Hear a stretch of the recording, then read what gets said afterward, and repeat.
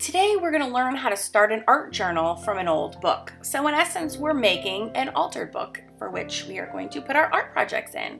It's one of my favorite things to do. The first step is just simply choosing a book. I like to head to the children's sections of my Goodwill or local antique store and rummage around there. I try to make sure that the book I'm choosing is the size of paper that I ordinarily like to art in.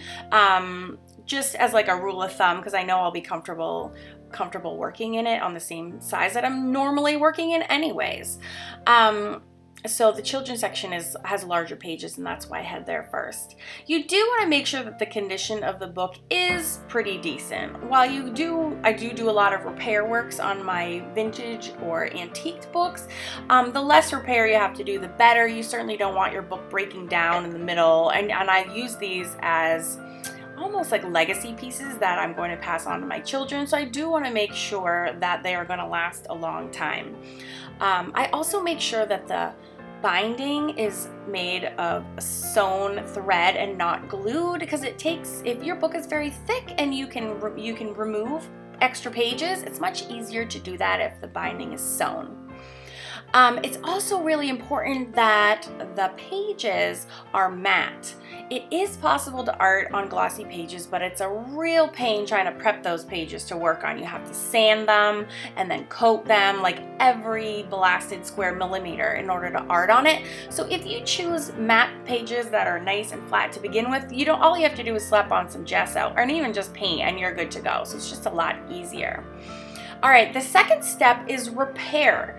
I usually go through each and every page, and luckily, because it's a children's book, generally, there's not too many pages.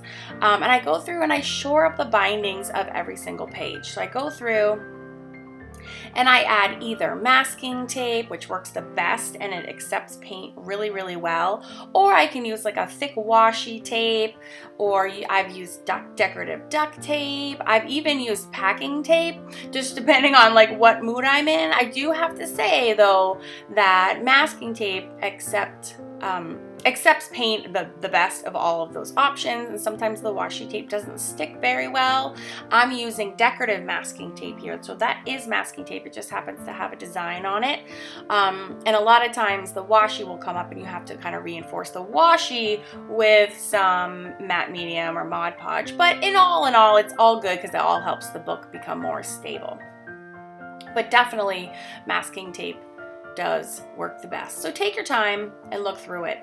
And at this time, you can also use the same tape to go ahead and look at the edges of all your pages. If there's any rips or tears, just slap some tape over it. And I usually just end up incorporating that into the design of the page. The third step is to prepare your pages. And I like to go through on a journal and do this all at one time. Or not. I hate looking at a blank page, so sometimes I'll go in and I'll just do like half of all the pages. And I do love to experiment with coating options. I'm applying white gesso on this page with a credit card. You can also use a brush. As a rule of thumb, I use gesso on the pages that I'm going to use a paint acrylic or mixed media on, and I use absorbent ground, which looks exactly like gesso, but it's a different formula, and I use that if I'm using watercolors only. It works great, but you can also use matte medium, you can use clear gesso, you can use black gesso, or you can mask off an entire page, which I did on the cover of my cereal box journal I did last year, and I'll put a link to that in the description box. It's also important if you're doing a lot of pages at once to make sure you dry really well between each one. And then get creative, you guys. Like I will go through and I'll put washi tape all over the page, right? And then I seal it with matte medium.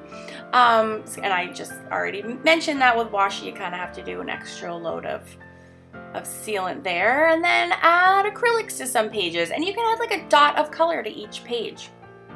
You can add washi tape to each page. But the whole point is that if you're stuck in a rut and you can open to the page and the background is already done, that is like such great motivation to get started on something. And I do this all the time. It's also, don't be afraid to go in and like collage some pages. It's easy, fun, especially if you don't have time to do a whole project. Maybe you just sit down and do the backgrounds of like 3 or 4 journal pages just by slapping some collage elements, and the results are stunning. And all you need then is, if you're out and about on the town, I did this one with just an Elegant Writer pen and water. This one I was out doing art outside and I used my Stabilo Neocolors and water. This one at a coffee shop using an Elegant Writer and water. And look at those backgrounds are already done for me. And this one, Stabilo All Pencil and water. So get those backgrounds going. Don't be afraid to jump into your art journals, and then the next time you open the page, you will be automatically inspired to go create some great art, and you can take it with you when you travel, wherever you go. If you enjoyed this little mini lesson, give me a thumbs up and share it with your friends. And to learn more about mixed media and art journaling, you can check out my new book on Amazon called Mixed Media Magic. Thanks for being here, guys. I'll see you next week. Bye.